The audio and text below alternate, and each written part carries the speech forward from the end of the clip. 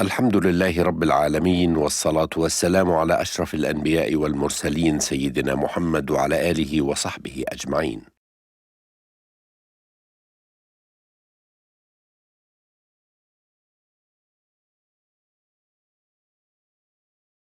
Bismillah ar-Rahman ar-Rahim. It's my great honor and pleasure to introduce our brother Hamza Yusuf, whom we all know and love, and we are so fortunate to have him here with us in Louisville again.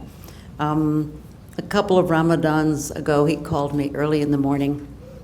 He was in tears because one of his children had come from school and was learning things that were really quite incorrect and wrong. And so we set about on a project together. We're working together, Zaytuna and Fons Vitae, to bring out the entire Ihya Ulumuddin from a recent extraordinary critical edition, and at the same time do a version. We are working on a version for 12-year-olds and 5-year-olds with illustrations. And it's the most amazing project, and there have been people here in the room like Ambreen Paracha who've already helped us with this, and we're working very hard to make this possible. And so that's why Hamza tonight will speak about the critical importance of Al-Ghazali in our times. Welcome.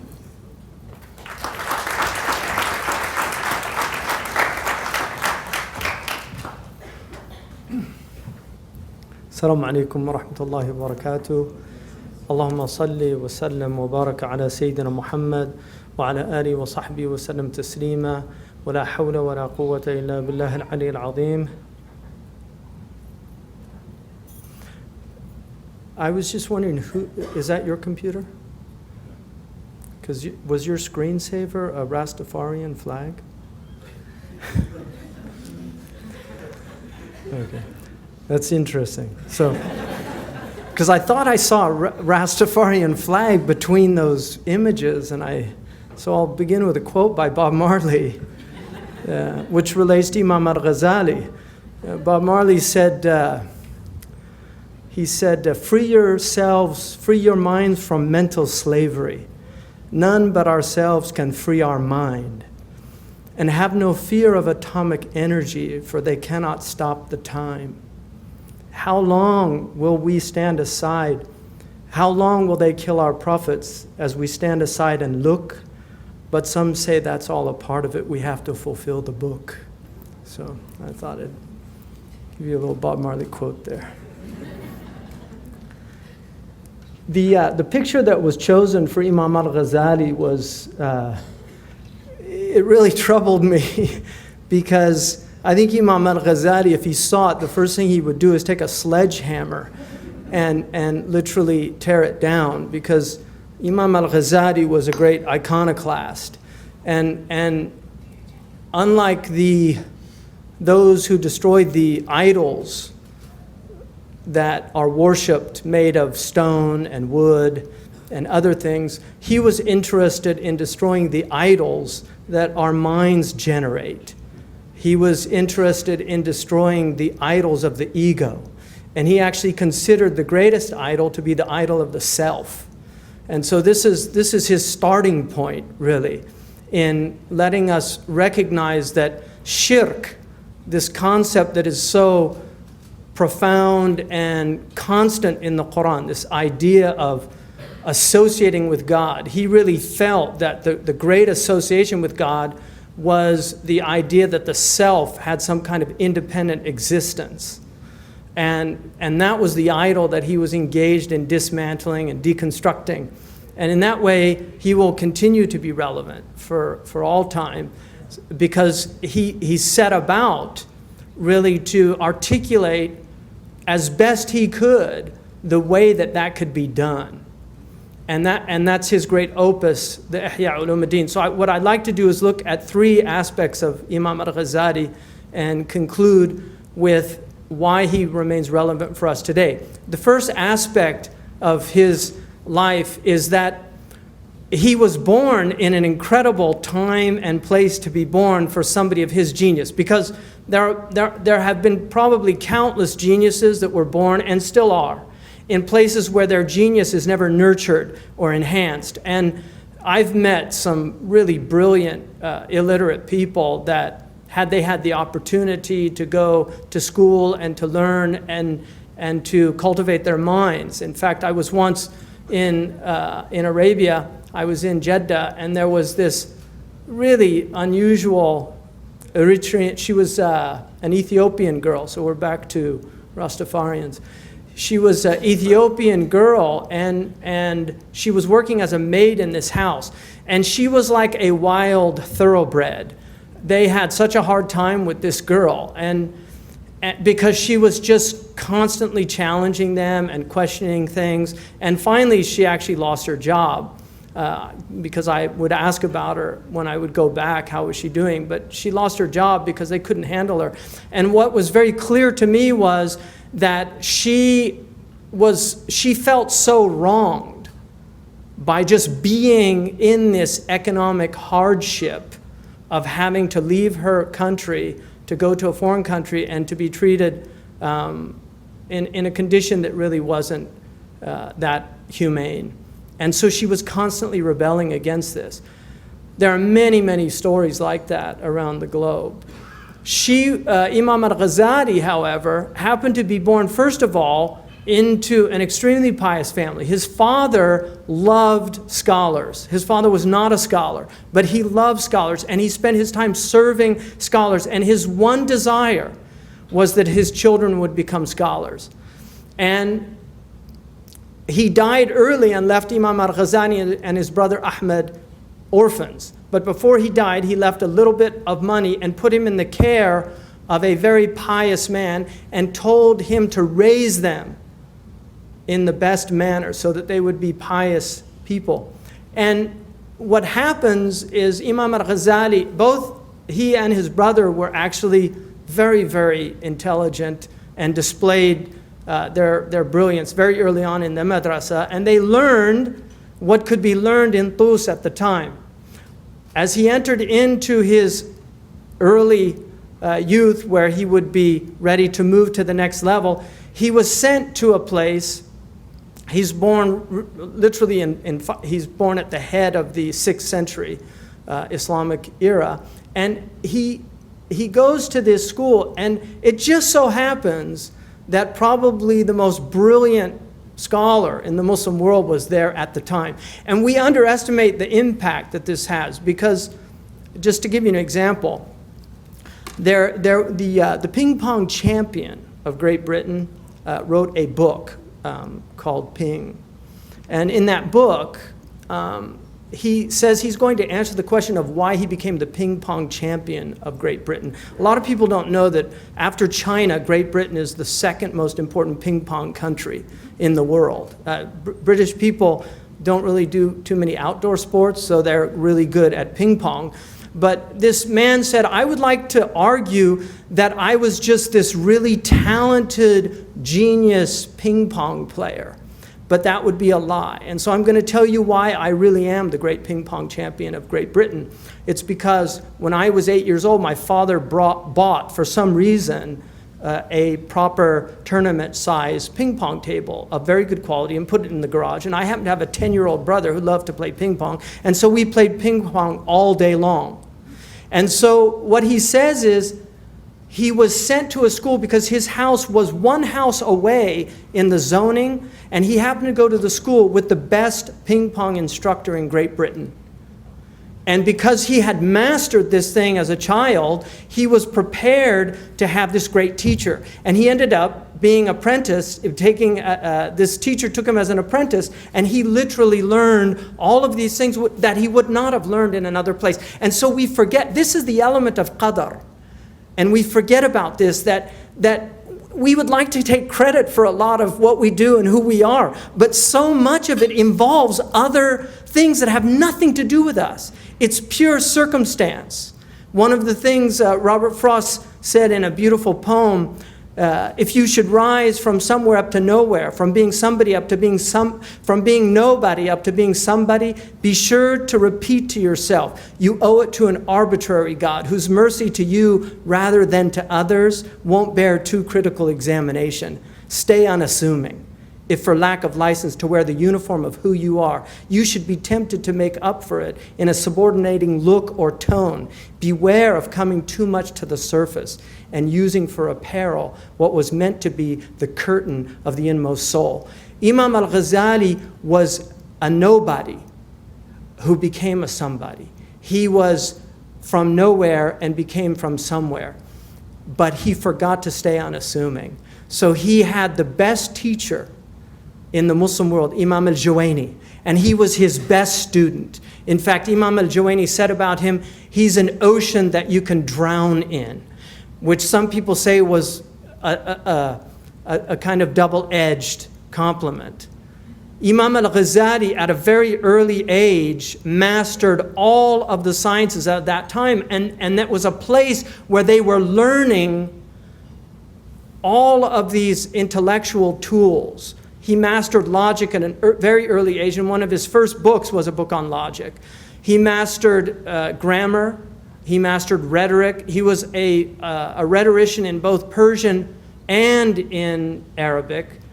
He wrote, his poetry is not that extensive, but he was an excellent poet. He's one of the finest literary stylists in the Arabic language, and this is something notable because many of the scholars who write in tafsir, while they write in good Arabic, they're not known for their literary style, whereas he constantly uses extraordinary metaphors, stunning turns of phrases and tropes and figures. And so he's a delight to read simply as a literary, a piece of literature. But what was happening to Imam Al-Ghazali is he was learning very quickly that to be clever and brilliant was something that impressed other people. And in that culture, which took education very seriously, it was a way of advancing yourself. And he became very obsessed with this.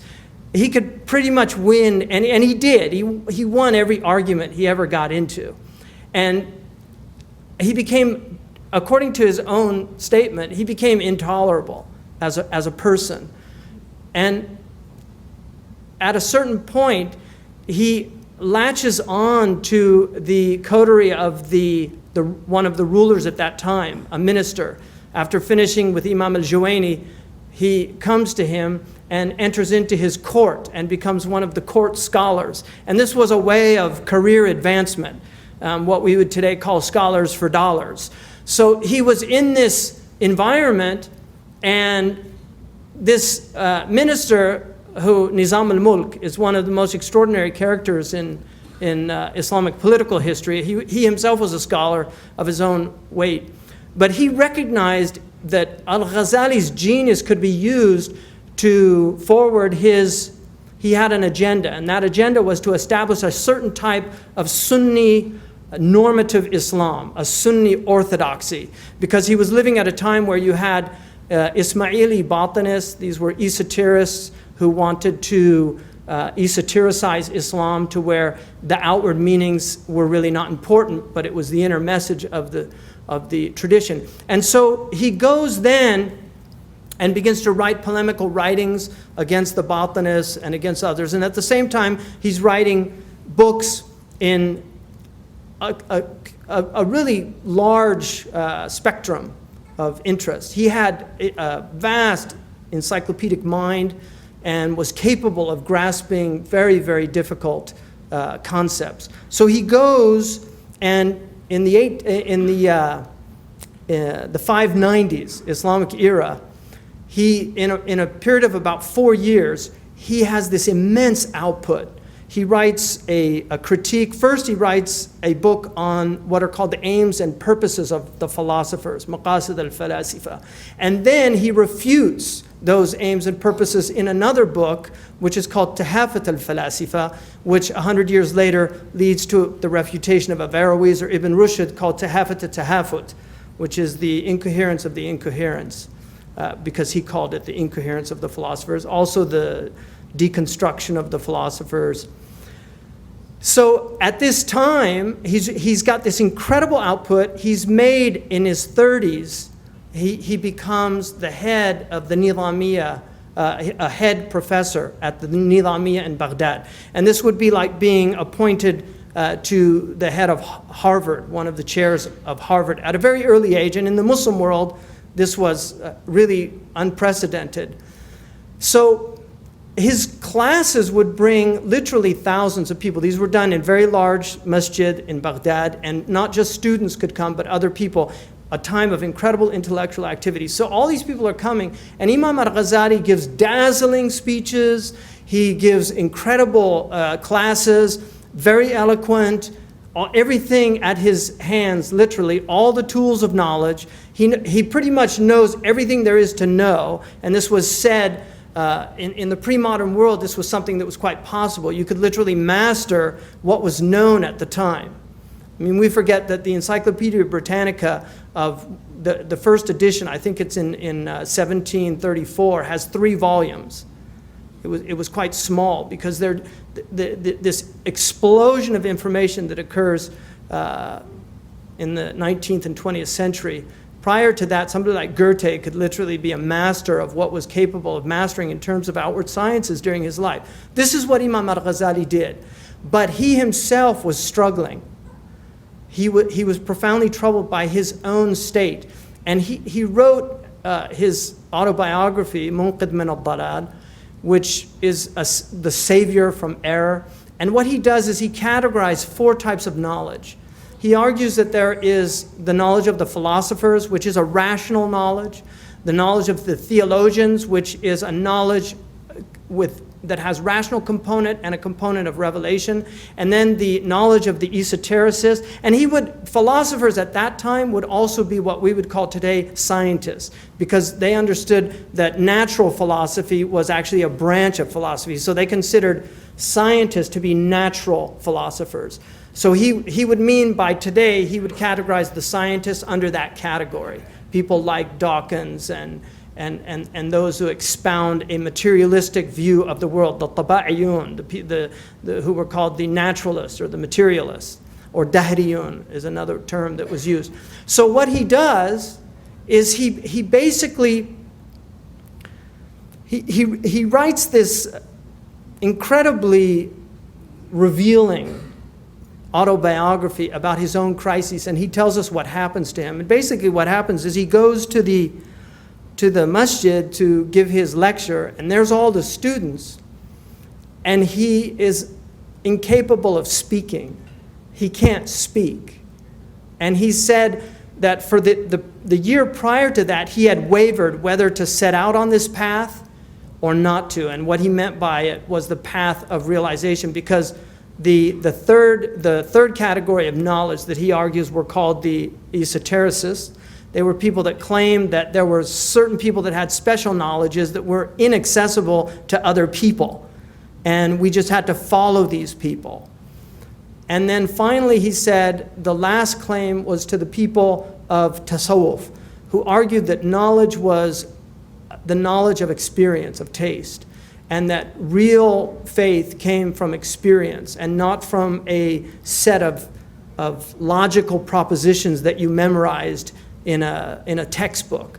And so he studied each of the previous ones, all 3, and he mastered each of them. And what's interesting about Al-Ghazali is he did not suffer fools lightly, but the reason for that is because he had really taken all of these arguments to their logical conclusions. And he argued that sectarianism is based on people not taking their arguments to their logical conclusions. He felt that the sectarian mind was a superficial mind because they were trapped in an inability to exhaust their own thought and realize that their own thought, if they exhausted it, was actually a dead end.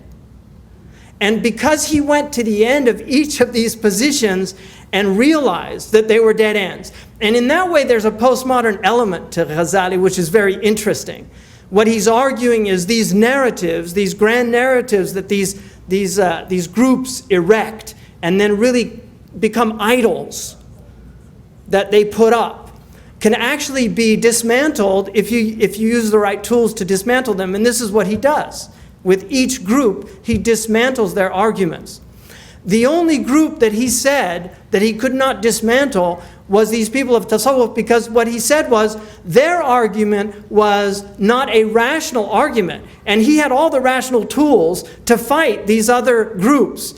Their argument was an argument of experimental psychology. What he was saying was that what they were arguing is that this is a science of the self that can dismantle the self and allow the self to perceive the reality of the self. And he argues that it is a science because they argue that it can be replicated. And this is the essence of science, that you can replicate an experiment. If you cannot replicate, to use Popper's terms, it's non-falsifiable. Popper would say religion is non-falsifiable, which is the problem with it. Only something that's falsifiable, that we can actually test it empirically, that we can actually establish it as a science. What Al-Ghazali says is what these men and women have argued historically is that if you do these things with these preconditions, you will have the same journey as everybody else that has taken this journey. And it will lead to the same certainty that gave these previous peoples. Here's the map. He argues that you need a guide, although he himself, it's arguable that he did not take a guide, but he argues that you need a guide. He gives you the map, he tells you what you need for the journey, and then he argues that you have to set out on the journey. He can't help you after that. But what he says, and the reason why he's called the proof of Islam, is what he says is, I took this journey and the destination is real. This is not a fantasy place. This is not Wat-Wat. You know, Wat-Wat in the stories of Sinbad, this magical place somewhere in the east. This is not Wat-Wat. This is a real place, a place of presence, of experience, of ecstasy, because the word wajada in Arabic, which means to find, also means to enter into an ecstatic state.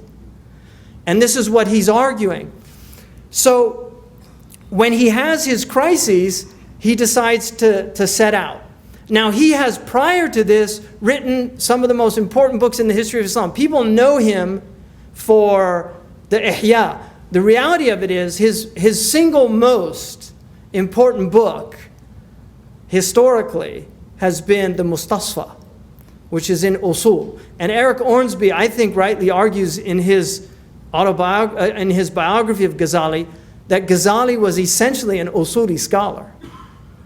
This is his great opus, is the Mustasfa. And when I asked Sheikh Abdullah bin Bayya, one of the greatest Usuli scholars living, if he would, this is the question that I always pose to scholars. I asked him, if you were on a desert island, you could only take one book with you, other than the Quran and the Hadith, which would it be? And Sheikh Abdullah told me, Al-Mustasfa by Imam Al-Ghazali, which is Usuli text. And he adds things to our Usuli tradition that Imam al-Juwayni, who was his teacher, began to develop, but Ghazali himself took it to the next level. And all of Usul after Ghazali is dependent on Ghazali. This is a fact of our Usuli tradition. So we forget that he was a great Usuli scholar. He was a great moral ethicist. He wrote Mizan al-Amal as one of his books on moral ethics. He wrote that the book he never left home without, although he memorized it, he still carried it in a physical book, was Raghib al-Isfahani. He'd put it to memory. And this was something that he'd learned on a journey after he'd come back studying. He was on his way back home, and he had all of his books and on a donkey. And the brigand who robbed this caravan took his books, and he begged him to leave his books. And he said, why should I leave them? He said, that's all my knowledge. I spent 3 years gathering this knowledge, so please don't deprive me of it. And he said that the brigand laughed. And he said, what kind of knowledge is it that a brigand can steal it from you? I mean, is this really knowledge? And Ghazali says in his book that I know that it was God that made him speak so that I would learn a lesson. And from that day forward, he never learned anything except he put it to memory. So he literally memorized all of his texts that he studied and taught. And one of them was Raghib Isfahani's book on ethics, which is one of the most brilliant, in my estimation, books ever written in moral philosophy. It's called Dhari'a ila Makarim al-Shari'a. It's actually translated into English, and it was published by Istaq. He was heavily indebted to Raghib Isfahani in ethics, but he wrote an Aristotelian virtue ethics, what we call virtue ethics today, but added to it a spiritual component that's lacking clearly in the Nicomachean ethics of Aristotle. Very similar to what Aquinas did, and Aquinas, we know, not only read Ghazali in Latin, but he also attributes that source in his bibliographies. So Aquinas does mention Ghazali, Averroes, and Ibn Sina, who was called Avicenna. So Imam al-Ghazali wrote all of these extraordinary books, and then he sets out on this journey. He realizes he has to leave because these doctors come and they look at him, they take his pulse, they look at his urine, they do all the things that doctors at that time did, and they said that he was suffering from melancholia. And it's very common in the humoral theory, which was a theory very dominant in the Muslim world as well as the Greco-Roman world, and is still used in Catholicism. They still actually believe in the humoral theory of temperaments. But the argument, most scholars are choleric by nature. In fact, it's the choleric temperament that enables a scholar to study as much. But if a scholar studies too much and is too prodigious in his output, he falls into melancholia, which is the Saudawi personality. So he goes from the Safrawi to the Saudawi. So what they argued was that he has exhausted himself. There's so much output that he has exhausted himself. What Al-Ghazali realized, and this is part of his genius, was the reason he had exhausted himself is because he was relying on himself for all that he had done prior to that. That his entire corpus to that point was based on his reliance on his self. It was all from his self, that he was just putting out from his self. And that's why his self was exhausted, because it couldn't do anymore. And at that point, he couldn't talk. And so the very thing that had elevated him and made him the most extraordinary scholar in the Muslim world had also ended up ending his career. It was the tongue, and we forget the power of the tongue. The pen is mighty, but the tongue is mightier. Because of his tongue and his eloquence and his brilliance and his abilities, he was able to rise from a cobbler's son, a weaver's son, to the highest academic position in the Muslim world. And yet he'd realized not only was he a complete phony, but he could no longer play this game with himself anymore. And he said, it was God that did this to me. And he thanked God for that gift. And then he decides to set out on this journey. And for the next 12 years, he takes a journey. And this journey will take him all over that part of the Muslim world at the time. He spends 2 years sweeping the mosque in Damascus. Now, you can imagine this is like somebody whose stature is so great intellectually. In our culture, this would be like the head of Harvard becoming a janitor in the National Cathedral and telling nobody, to abase himself. And then he goes to Jerusalem, he writes, and he's writing during this time, but he said practice was always difficult for him. It was always easier to open a book than to practice. And what he does during this time is what he calls riyadha, which is the spiritual disciplining of the soul. And that's why he writes considerably about riyadha. Towards the end of this period, he writes his opus magnus, which is the Ihya Ulumuddin. He gives it the title, Reviving or the Revivification of the Sciences in the pre-modern sense of that word, not like we use it today, but in the Latin meaning of it, of knowledge, scientia, the sciences of the religion. And he begins with a book called Kitab al-Ilm. This is the book of knowledge. And what he argues in there is that the people that are known as the mutarassimun, he calls them formalists, the people that stop at the letter of the word, that they spend their lives discussing words. He argues that these people have destroyed Islam. And he really challenges them. If you read the Ihya, what you will find is that it's constantly, for scholars, it's one of the hardest books to read because he is constantly calling you a hypocrite.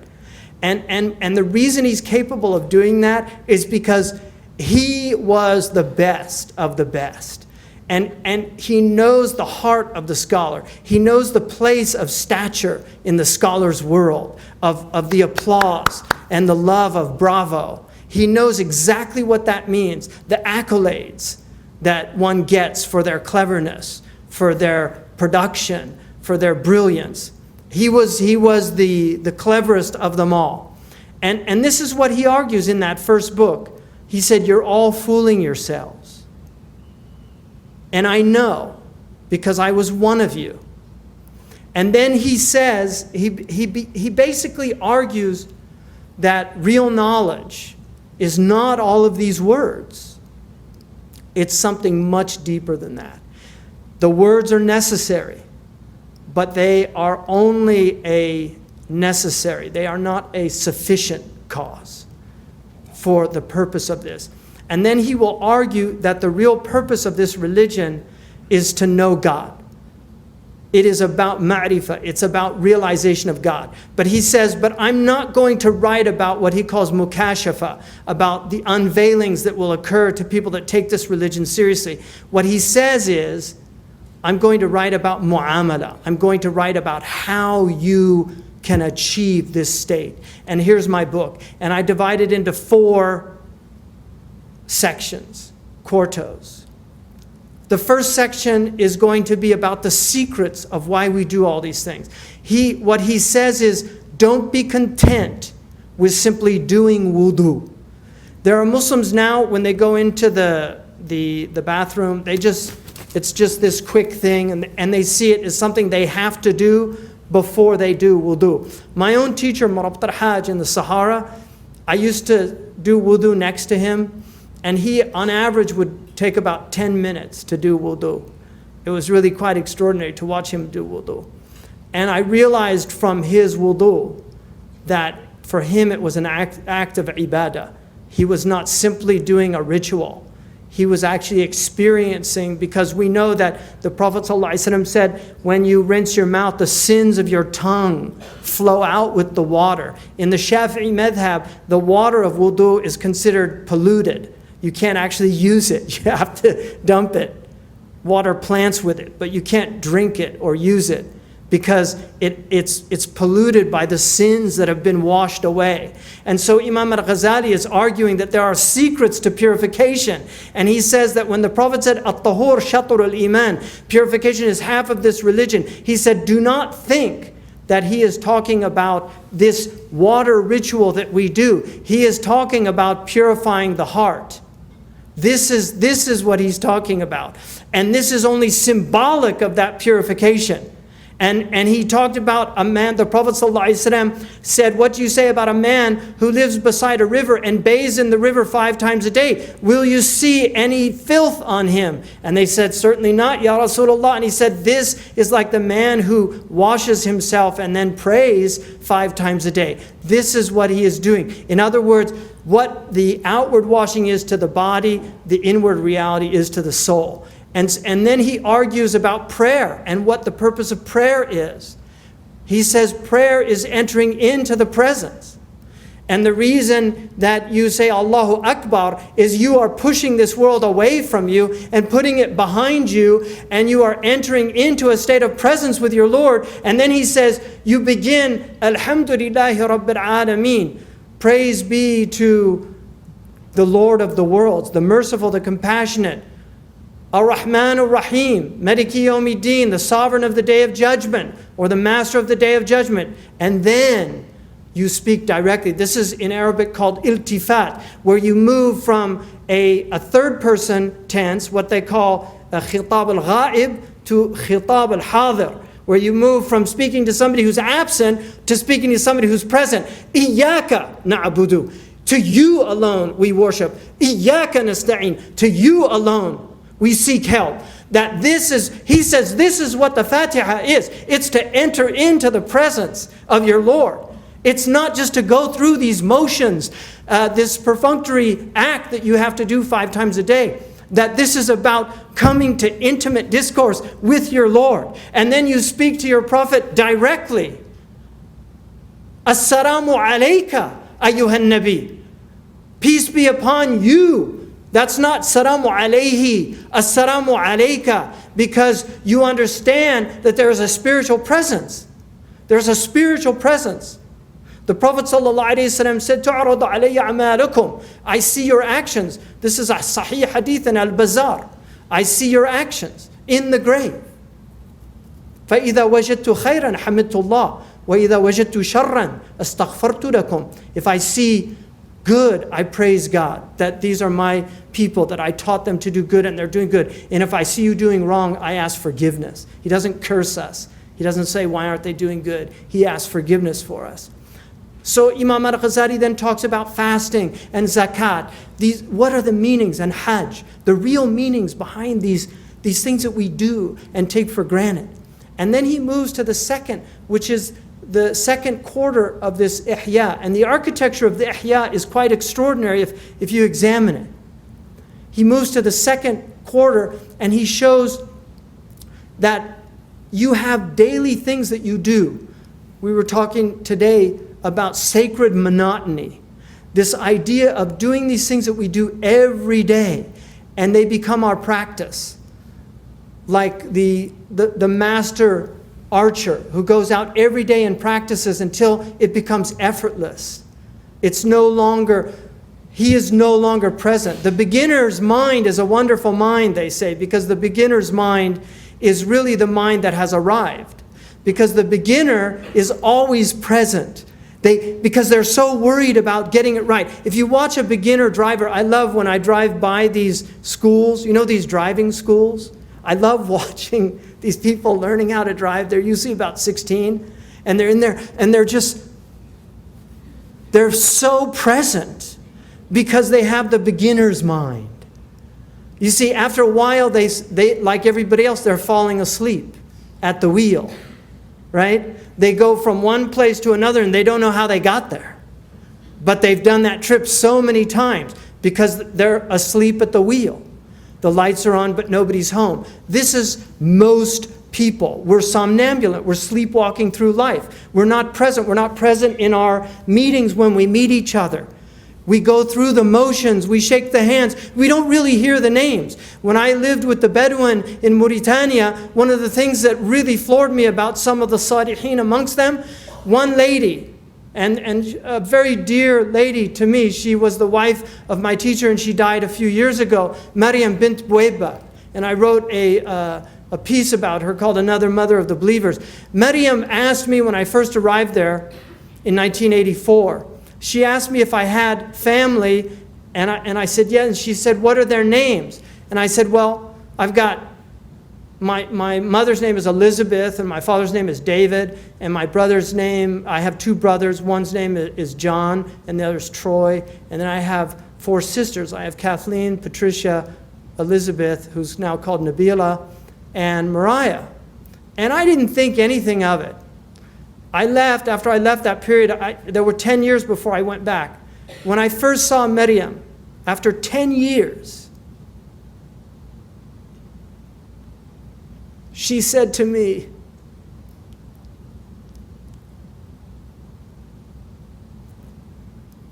Kaifa David? Kaifa Elizabeth? Kaifa John? Kaifa Troy? Kaifa, Mariah, Patricia, and she named all of my family. And it was such a dagger to the heart because I realized she wasn't just asking to chat. She wanted to know their names. And she internalized their names. And 10 years later, she could recall names that she'd never heard in her life because they're not Arabic names, and she only knew Arabic. And I was just so stunned, but she was a present human being. She did dhikr all the time. That was her life. She spent her life serving the students of that place. She knew every name of every student that ever came to that. And Aisha met her and remembers her. You know, she was present. And this was from practice. This was from just the monotony of every day working on your presence with God. Because when you're present with God, you're present with the creation of God. You start noticing things like the wind in the trees. You start noticing the subtleties of everything that's around us. It becomes real. And this is what Imam Al-Ghazali is arguing. And so he has the book he begins it with eating and drinking. We eat with no presence anymore. People used to take time before they ate and said grace. Even in this country, people would stop before they ate and they would thank their Lord for the gifts which they were about to receive. This was common practice, being present with food. People used to be present when they cooked food. They cooked food with love.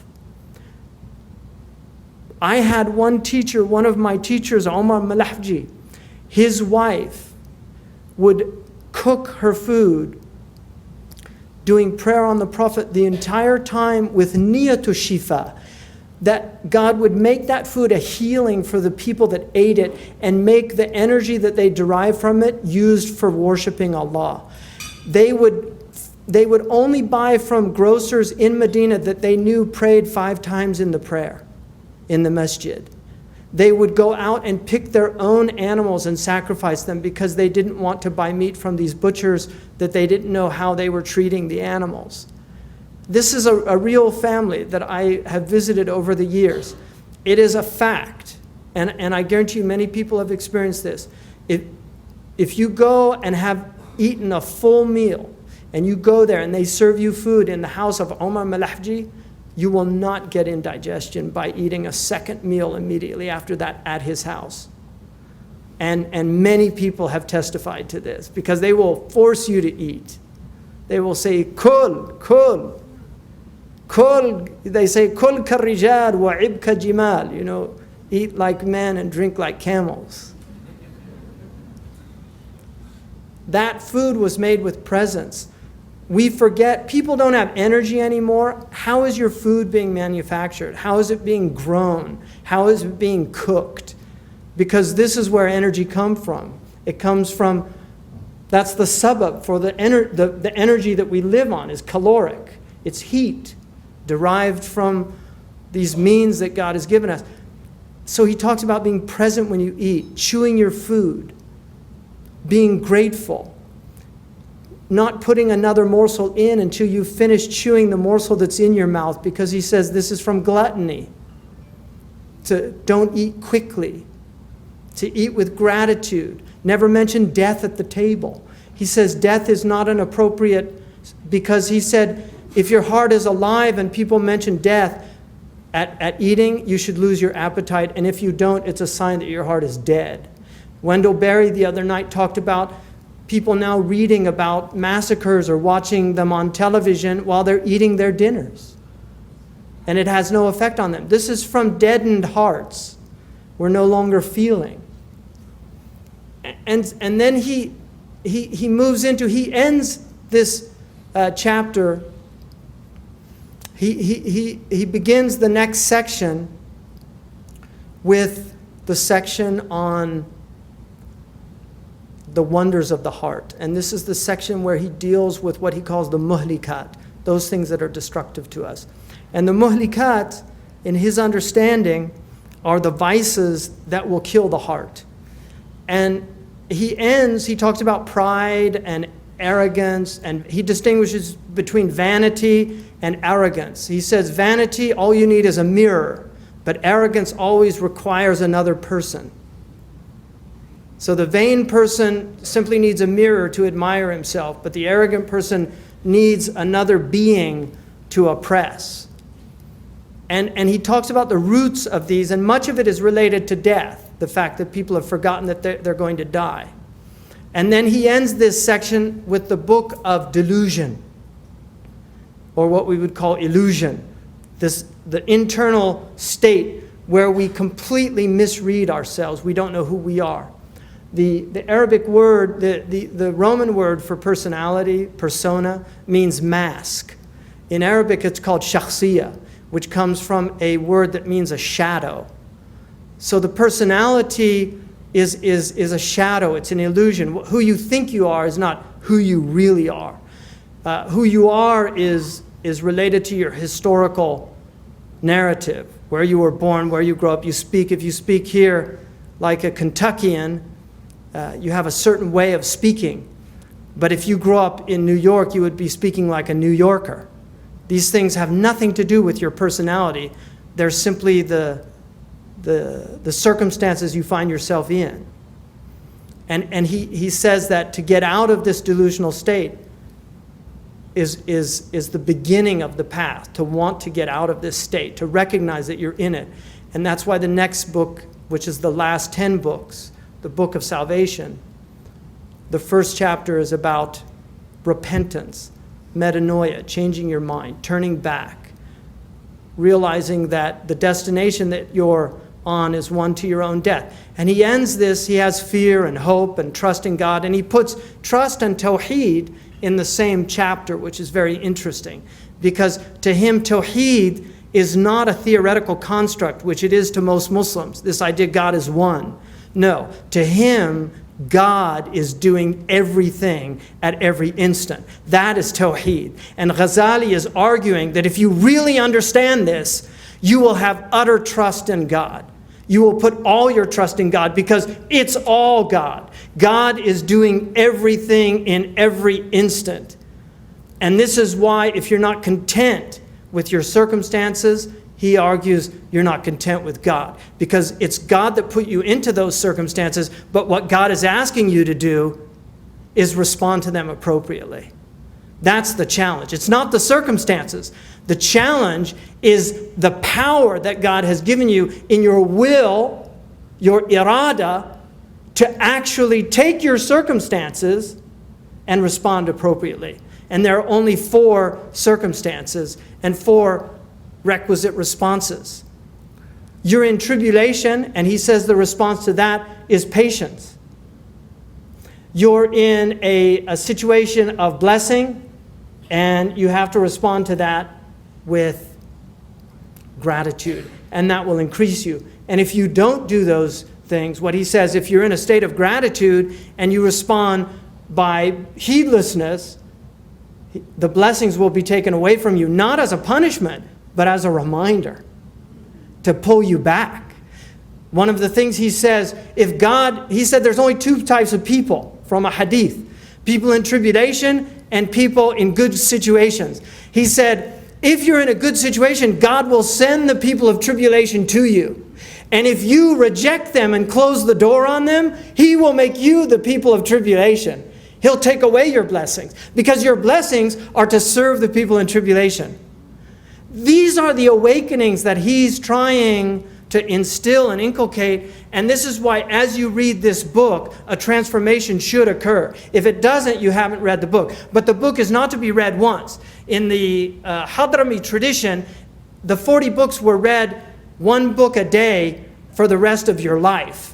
And this is what the Hadarima did. Every 40 days they would do a khatam of the Ihya and start over again. And I was fortunate to be in one of those gatherings with Sheikh Ali Balfaqih, a Hadrami scholar, and he literally could finish the sentences by rote of the Ihya because he knew it so well. And when we would read it on Thursday nights, we would go to his house and we would read it, and he would literally correct he was blind, he couldn't see, and he would correct the readers when they would read. If they made a mistake, he would correct them. It was really quite an extraordinary experience for me to see somebody who had completely internalized this.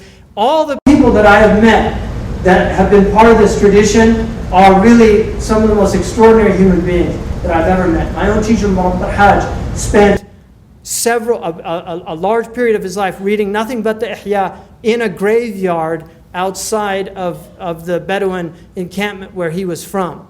And the Prophet ﷺ visit the graves. And this is why Imam Al-Ghazali ends his great book, the Ihya, with the Book of Death. Because Imam Al-Ghazali argues, this door is right in front of you. You are knocking on this door right now. You don't know when it's going to be open, but you come into this world and you are knocking on the door of death. And that door is a door that opens to infinity. And he's saying you are here for this finite period of time. And it's such a great gift to be alive, to be a human being. It's a great gift to be a rock, as opposed to not existing at all. It's a greater gift to be a flower. It's a greater gift to be a tree. And it's a greater gift to be an eagle. But what a gift to be a human being, to be a conscious human being, created on the doors of eternity, literally created on the doors of eternity. And this is what he is constantly reminding us. And he's saying, you're on this journey, and you're either conscious of it or you're not.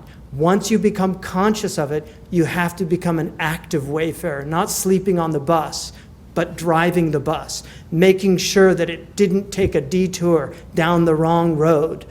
Because all the roads lead to death, but only one of them leads to a good death. And that's the road of ihsan, of being a beautifier, being somebody that makes the world a better place than you found it. That when you leave the world was better for having you in it. And this is the ultimate criterion of a human being, whether they lived a worthwhile life or whether they squandered their life in frivolity, vacuity, and stupidity. And he uses the word stupid many, many times. Many times. He doesn't shy away from that word, because all of us know that we have elements of stupidity in our lives. Nobody's free of this.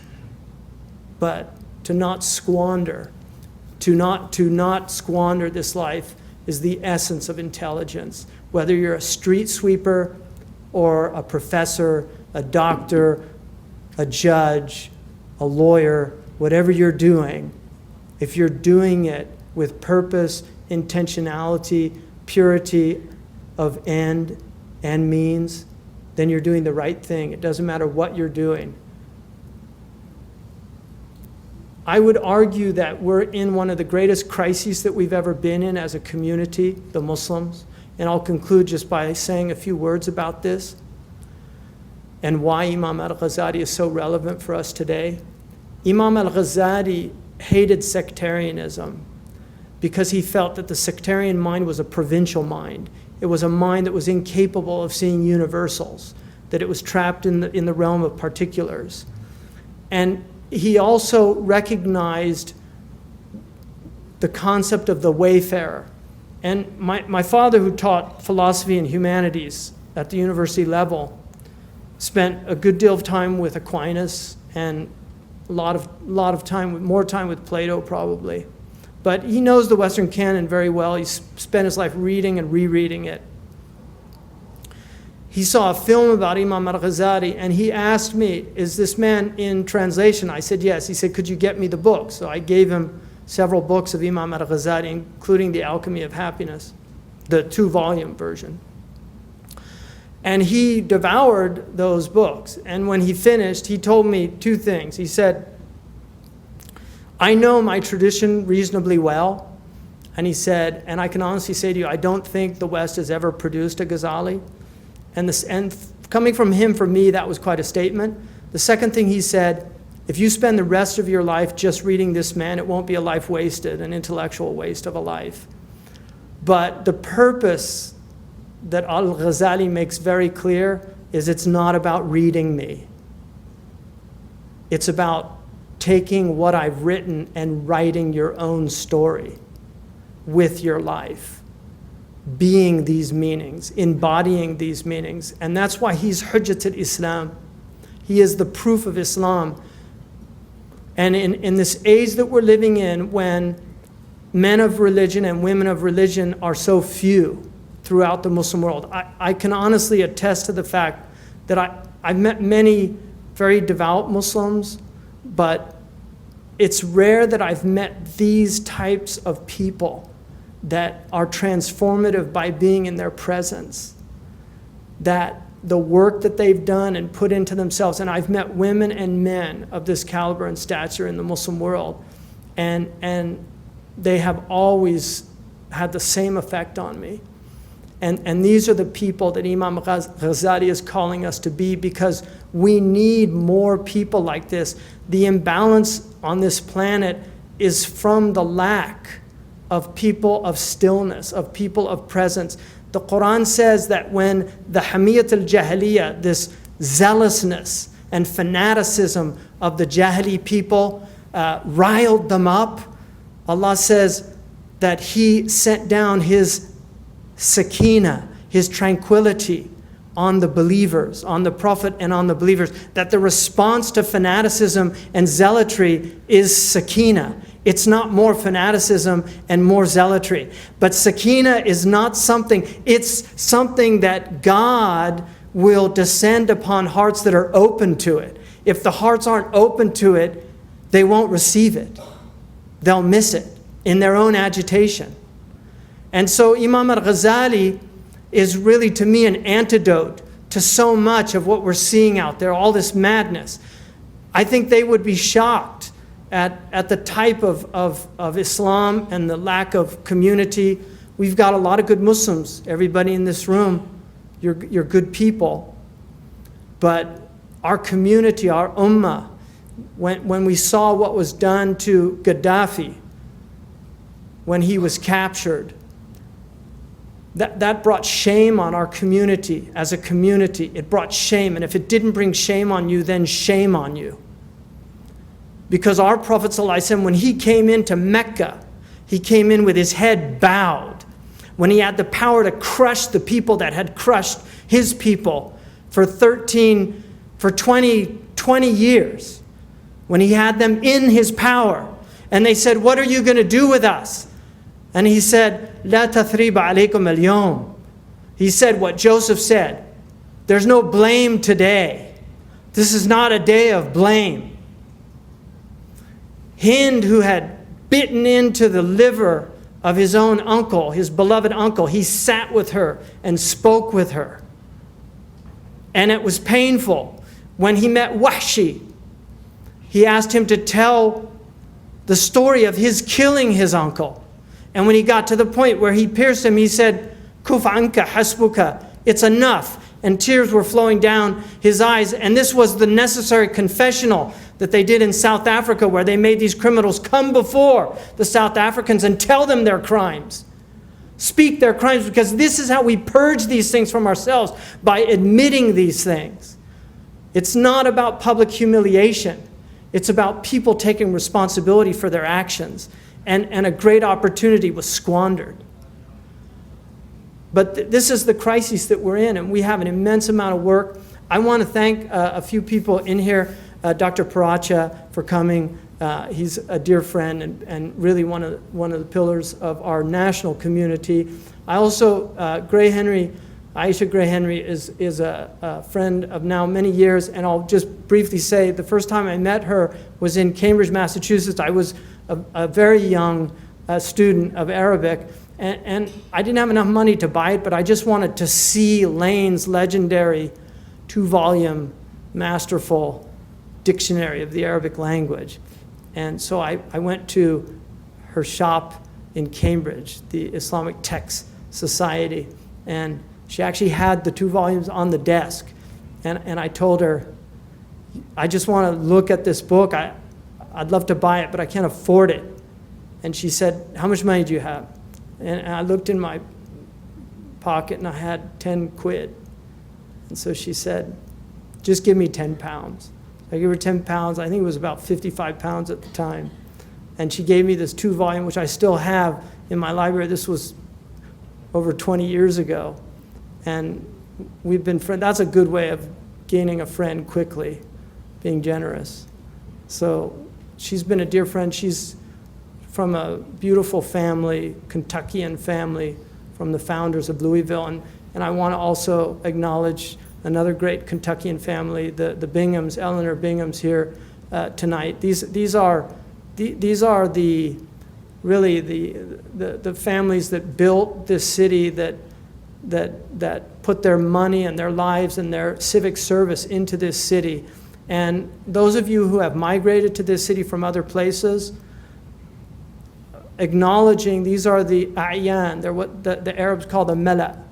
And it's important to acknowledge these people and seek their counsel and work with them to better this community. And also, I would have much rather had the great Coleman Barks come up and recite some Rumi for us, but one of the great poets of America came tonight, Dr. Coleman Barks, and I'll just say one thing. Rumi, like Ghazali, is what I call a transhistorical figure because they speak across centuries. Some people speak to their time and their place, but these people speak to every time and every place, not on every detail. Sometimes they're men or women of their time, but on these great issues, they speak across centuries. And that's why when we read them, they affect our hearts. And Coleman really single-handedly has opened up to a generation of Americans the great wisdom teachings of our tradition, of which Rumi is only a voice. He's one of the greatest voices because he was gifted in that, but he is part of a tradition, and we forget that.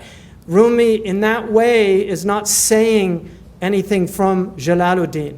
What he is reiterating is these eternal truths that were given to our Prophet ﷺ, and that's why he, in the end, is a student of our Prophet Muhammad. Imam Al-Ghazali is a student of our Prophet Muhammad. I want to thank the community for coming out in support of Zaytuna. I really hope that in the coming years you see the fruit of this. We have immense potential. May Allah give us tawfiq. And also Peter from the Couriers here, he wrote a very nice article the last time. I'm not going to hold you to that. This time you can write whatever you want. It's a free country and a free press. Last I heard, anyway. So God bless all of you. Barakallah fikum. I really thank you. I thank Dr. Ihsan Bugby, who's a great servant of this community and rightly honored tonight. May Allah subhanahu wa ta'ala elevate all of you, increase all of you, bring you closer to God, bring you closer to Allah. Allah is closer to us than our jugular vein. It actually says carotid artery, but jugular vein sounds nicer in English, so it's usually translated as jugular vein. But the carotid artery is the artery of consciousness, because all you have to do, every doctor knows, you want to knock somebody out, just put your thumb on his carotid artery and he's gone. And God is closer to us than our own consciousness.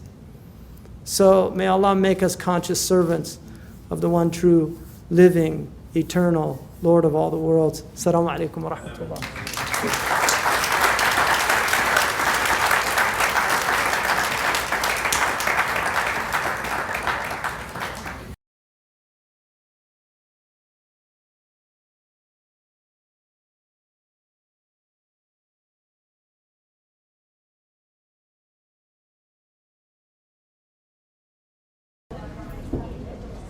أشهد أن لا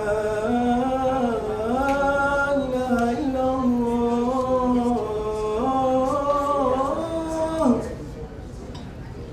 أشهد أن لا إله إلا الله